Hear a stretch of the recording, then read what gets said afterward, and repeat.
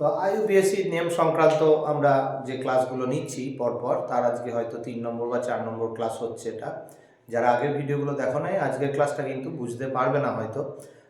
আগের ভিডিওগুলো অবশ্যই দেখতে হবে, তবে আজকের ভিডিওটা হয়তো বোঝা যাবে। ঠিক আছে, তো আমরা আজকে টোটাল 4টে কম্পাউন্ড নিয়েছি এখানে, 1 2 3 4, এবং এগুলোর আমরা আইইউপিএসসি নেম বের করব। ঠিক আছে, প্রত্যেকটাতে কিন্তু আলাদা আলাদা করে একটা করে গ্রুপ দেওয়া আছে, যে গ্রুপগুলোর কিভাবে নামকরণ হবে সেগুলো আমি বলবো। গ্রুপ মানে মূলক। ঠিক আছে, তো এখানে যেহেতু ফর্মুলাটা এইভাবে দেওয়া আছে, তো আমাদের কিন্তু গঠনগত সংকেতটা এঁকে নিতে হবে, মানে যেটা স্ট্রাকচারাল ফর্মুলা বলে। তো আমরা প্রথমটা দেখাই। প্রথম কাজ হচ্ছে এখানে টোটাল কার্বন কটা আছে গুনে নিতে হবে। কার্বন এখানে 2 আর 1 3 আর 2 এ 5টা কার্বন আছে। তো আমি 5টা কার্বনের একটা শৃঙ্খল বা চেন বানিয়ে নিচ্ছি। ঠিক আছে, এটাই সিস্টেম। এরপর আমরা দেখতে পাচ্ছি মাঝের কার্বনে ও আছে, তো আমরা মাঝের কার্বনটাতে একটা ও দিয়ে দিলাম। ঠিক আছে, এই ওটা নিচেতেও দেওয়া যেতে পারে ডবল বন্ড হিসাবে, তো উপরে বা নিচে কোনো সমস্যা নাই। এবার বাকি যে কার্বনগুলো আছে তাদের সব বন্ড এঁকে দেওয়া হলো, এবং প্রত্যেকটাতে হাইড্রোজেন বসিয়ে দিতে হবে। তো আমি এদিকটা বসালাম, এদিকটাও সেম হবে, 5টা হাইড্রোজেন বসবে, এবং আমরা ম্যাচ করে দেখে নিতে পারি C2H5, এই যে C2H5 রয়েছে, তারপর CO, আবার এইদিকেও বাঁ দিকেও C2H5। ঠিক আছে, তো এটা হয়ে গেল গঠনগত সংকেত। এরপর আমাদেরকে করতে হবে যেটা, সেটা হচ্ছে নামকরণ। তো নাম্বারিং কিভাবে করব? নাম্বারিং আমরা এদিক থেকেও করতে পারি, ডান দিক থেকে বা বাঁ দিক থেকে, কারণ নাম্বারিং এর সিস্টেমটা হচ্ছে যে কোন দিক থেকে এই গ্রুপটা কাছে আসছে, এই গ্রুপটা ডান দিক থেকে না বাঁ দিক থেকে সেটা দেখতে হবে। তো এই ক্ষেত্রে আমি যে দিক থেকেই দেখি 1 2 3, ডান দিক থেকে, বাঁ দিক থেকে 1 2 3, তো দুদিক থেকেই 3 নম্বর কার্বনে আসছে। তো আমি বাঁ দিক থেকেই করলাম 1 2 3 4 5, তাহলে 5টা কার্বনের চেন এটা, এবং 3 নম্বর কার্বনে কিটোন গ্রুপটা রয়েছে। এখানে অনেকের কনফিউশন হয় যে এই কার্বনটাকে কি চেনে ধরা হবে বা চেন থেকে কি আলাদা করা হবে, কারণ কিটোন তো আলাদা একটা গ্রুপ, ওটা বোধহয় আলাদা করতে হবে, কিন্তু না, ওটা এই কার্বনটা কিন্তু এই চেনের সঙ্গে কাউন্ট হবে। ঠিক আছে, যদিও ওটা গ্রুপ, কিন্তু কার্বনটা চেনে কাউন্ট হবে, এবং এটা 3 নম্বর কার্বন হিসেবেই জাজ করা হবে। তো এখানে আমি 3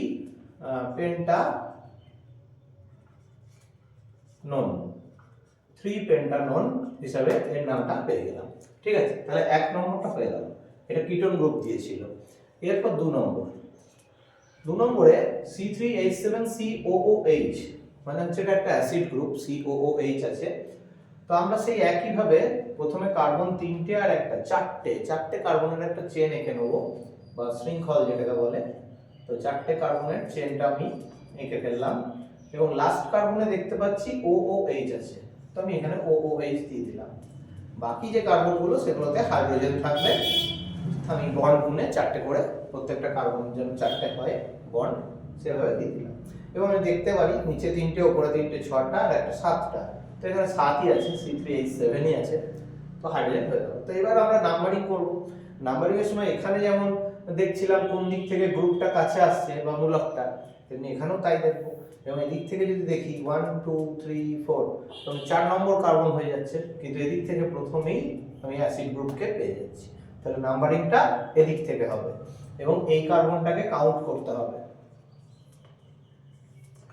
4টে কার্বন হলো, তাহলে বিউটান এবং তার সঙ্গে ওইক অ্যাসিড। কেউ ইচ্ছা করলে 1 বিউটানোইক অ্যাসিডও লিখতে পারে, কেউ শুধু বিউটানোইক অ্যাসিডও লিখতে পারে।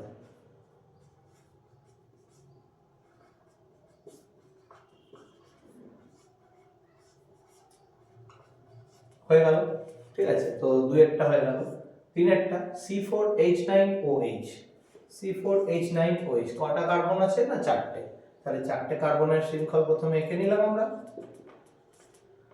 একটা OH দিয়ে দিতে হবে, আর বাকি বন্ডগুলো সব হাইড্রোজেন হবে। তো আমরা একটা OH দিয়ে দেবো, আমরা OH দিয়ে দিলাম, বাকি বন্ডগুলো আমরা হাইড্রোজেন দিয়ে দিলাম। ঠিক আছে,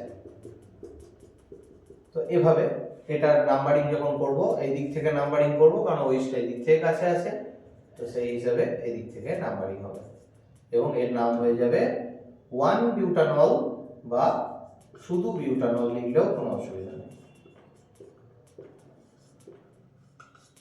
বিউটানল। ঠিক আছে, তো এরপর আমাদের 4 নম্বর চলে আসছি আমরা। 4 নম্বরে আমরা দেখতে পাচ্ছি অ্যালডিহাইড গ্রুপ আছে। তো আমরা অ্যালডিহাইড গ্রুপটাকে সেভাবেই লিখবো। টোটাল 5টা কার্বন হচ্ছে, এখানে 4টে, এখানে একটা, 5টা কার্বন দিয়ে দিলাম, লাস্টে CHO গ্রুপ দিয়ে দিলাম, আর বাকিগুলো সব হাইড্রোজেন হয়ে গেল। তো এইভাবে আমরা এর নাম যেহেতু 5টা আছে তাই পেন্টেন পেন্টান হবে, তো পেন্টা ন্যাল, এই পেন্টানল।